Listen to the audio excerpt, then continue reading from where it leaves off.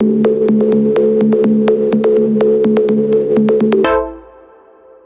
everyone, George here, and it's been quite a while since I've uploaded any content to YouTube, and that's just been because I've had a very busy semester. However, things are starting to wind down towards the end, and I'm ready to make some new content. I anticipated making new content last week, however I'd lost my voice due to sickness and teaching. So what I'm interested in doing today is returning to the Five Nights at Freddy's series, and specifically starting to flesh out the world a little bit more. Specifically, I am interested in the fan today. A very easy model to make, ultimately though one that I completely ignored. So we're going to make a close approximation to this fan. This is what I found online for reference, and we'll be working with that. Let's jump over into Maya and load up our scene. So open scene, let's find our security, let's see, rough. I guess rough floor layout 3 was the last one we were on. It looks like I'd started to do something with these monitors, not sure what.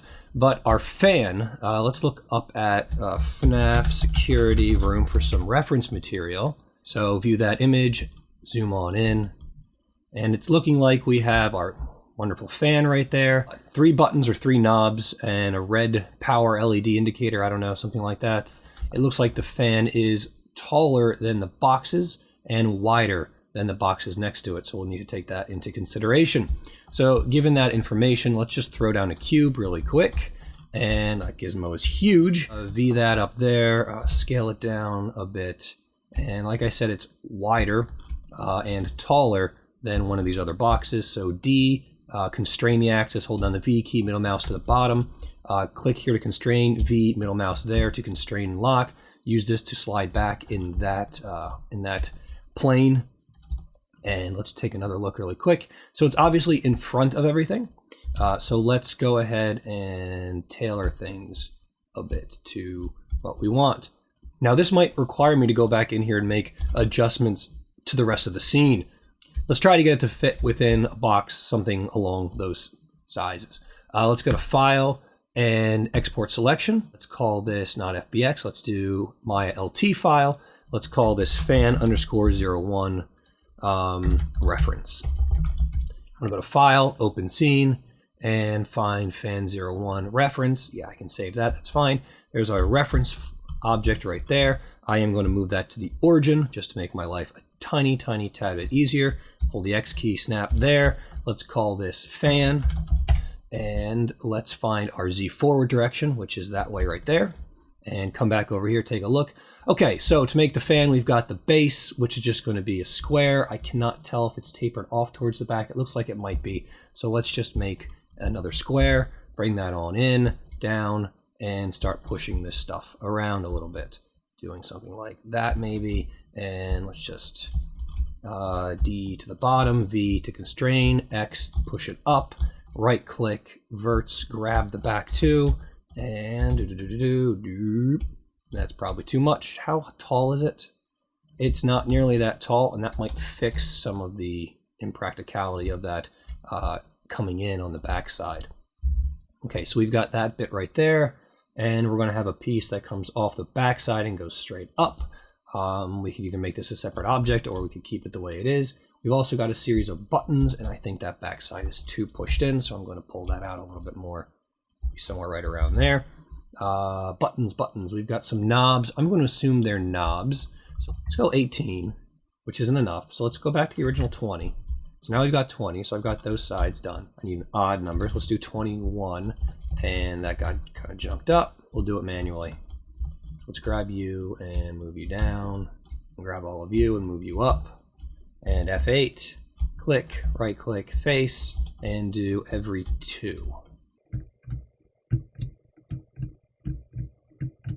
Okay, right click, extrude, pull these guys out, and then let's do a local scale in. What happens if I hit 2? That's a gross. So F8, we need to flatten that bottom. So let's add an insert edge loop along the bottom, but we don't want it to be that type. We want it to be a relative distance, and we're just going to, and that's interesting. So someone got junked up. So let's fix you first. So go to 1, right click, vert, grab, move down, and you 2, and you as well, and you as well. That's all good. let's go ahead and use our tool again, and you are still all kinds of screwed up, aren't you? All right, so let's fix you. I'm assuming it's along this line, so let's see if I can't edit my pivot to be in axis with that. And I want to edit the alignment. I'm sorry. Position, I want to be there. Orientation, I want to be along this line here. Now we stop editing the pivot. Now we move this guy over in that coordinate system. That should be the same space as the one above it, so I can do something like that. Now I do have problems with this other lip right there. So let's also grab both of these, edit the pivot's orientation to reflect that portion. You know what? Doesn't matter. No, I'm being overly picky because I'm doing this like an engineer. So let's move this in and over. Something along those lines. Let's look at it from the top, frame on up, and we can see part of the problem right there. So let's grab you at the bottom and align you there. And let's grab this stuff over here. And okay, come back in. Let's hit the 3 key. And you're still messed up. For some reason, that guy moved to the top, which he shouldn't have. So let's see if we can't bring him back down, which we can. And we're good there. Now let's go to here, using the loop tool to flatten that side over there. I'm interested in seeing what happens. Yeah, that's fine. Let's just go to mesh, smooth. That's a lot of polys for something so simple. This should probably be refined further. And turned into a normal map of sorts, because that's a stupid number of polys for that tiny little thing. But how many is it actually? 600 and polygons, 670. That is a lot of friggin' polys for this. Well, I can get rid of some of these right off the bat, right? Like this edge here and this one here are superfluous for the most part. And I can grab this edge here is just really to flatten things. And I can right click then and just grab the bottom elements and delete them, because you're never going to see that. And already I did a huge reduction in the poly count, so that's fine. And let's just put this little knob on top of here somewhere. Let's cut this thing in half. So let's go back to our tool, insert edge loop tool. Let's use multiples down the center so I have something to work with. And actually, let's not do it that way. Let's give myself some guidelines. So let's do 2, 3. I have 4 buttons that I'm going to be placing. So we're going to make 4 edge loops down the center of this thing. And let's grab, not the edges please, but this object and move this over to work with that one there. Let's control D this, move the other one over there, control D, move the other one over there. And now all I need is a cylinder that's going to be comparable to those in size. These are still too big, so let's grab all 3 and do an individual local scaling down and make sure, yes, that's good. Okay, and then we need the button, so let's make another cylinder, scale this guy on down, and align him somewhere on top of this thing, frame up, and then just make it sit. Here we go. Let's go shading and wireframe on shaded so I can actually see what the heck's going on. I'm going to put that right there. And I'm going to assume the LED is supposed to be roughly the same size. I'm going to give it a few more polys to work with though. And we're going to move this guy over to the side and line him up right there. Okay, so now we've got those 3 objects. This obviously should be pushed down considerably. Let's also move its pivot and that guy right there. And all of these are way too tall, right? Yeah, they're all way too tall. So grab all 3 of these. I think the pivot's kind of not in the right place on them all, so we're going to reorient them. I'm going to scale them down ever so much more.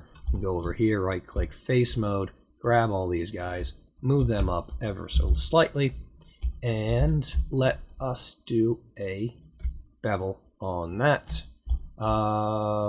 Sure. We'll go with that. And there's the bottom of this thing. This is a really long video for making something so stupid and simple. But anyway, grab all these, grab all those. So the question is, do I want to just extrude out of this thing, or should they be separate objects?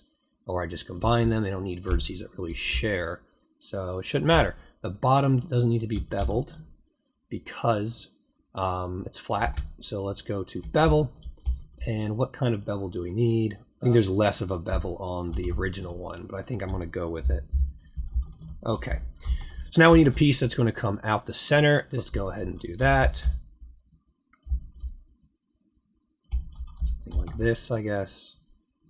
I could just put some edge loops in and rip it out, couldn't I? Why not? Let's just do that. Let's do insert multiple things. Let's do one there, and let's do one ever so somewhere around there. And there we are. This is it. And what do we got? We got a lot wider. How wide? Pretty wide. So I might want to grab these two edges and scale them in ever so slightly, and then grab all three of these elements now. There's a good chance I'm going to want a central seam on this object, so I might as well go ahead and insert a multiple edge loops of 1 down that center line. And now that I have that, let's right click face, grabby, grabby, grab, grab. All good. No, not you. Right click extrude, just bring this up somewhere, probably to the central point, and then most likely this should be scaled.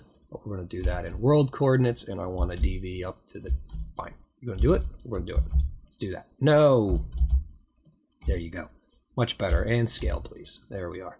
Scoot them in. They probably taper down a bit as well. What's actually happening? Yeah, that's beveled. The back probably goes in further. It's probably not quite so wide at the top, and it most likely the whole thing comes forward ever so slightly somewhere along that, no, like that. Okay, and really this is probably rounded as well. It's got some sort of like cylindrical thing going on here where this comes up. You know what? Let's just do an extrusion so that I preserve the lower faces. So let's grab you guys, right click. I got something I shouldn't have. There we are. Right click face, move them on up, and let's start messing with things just a little bit. Grab you, pull you up, grab you, and move you up as well to round things out. And let's just flare it out a little bit to round things out. The player is never going to really be able to get back around to that side, so I'm not terribly worried. Now we need to create the fan element, but we should probably grab all of you and all of you, you two, and your friend over there. Grab, nope, the top element, but not that, and this back element. Right click, let's do a bevel on that. I want the fraction to be a little bit larger, but the segments, yeah, let's keep with 2 segments, and we'll go with that. Fine. Okay, the fan itself, what do we have? We have a series of circles going outwards. I'm wondering if I should just make NURBS, or excuse me, CVs, curves.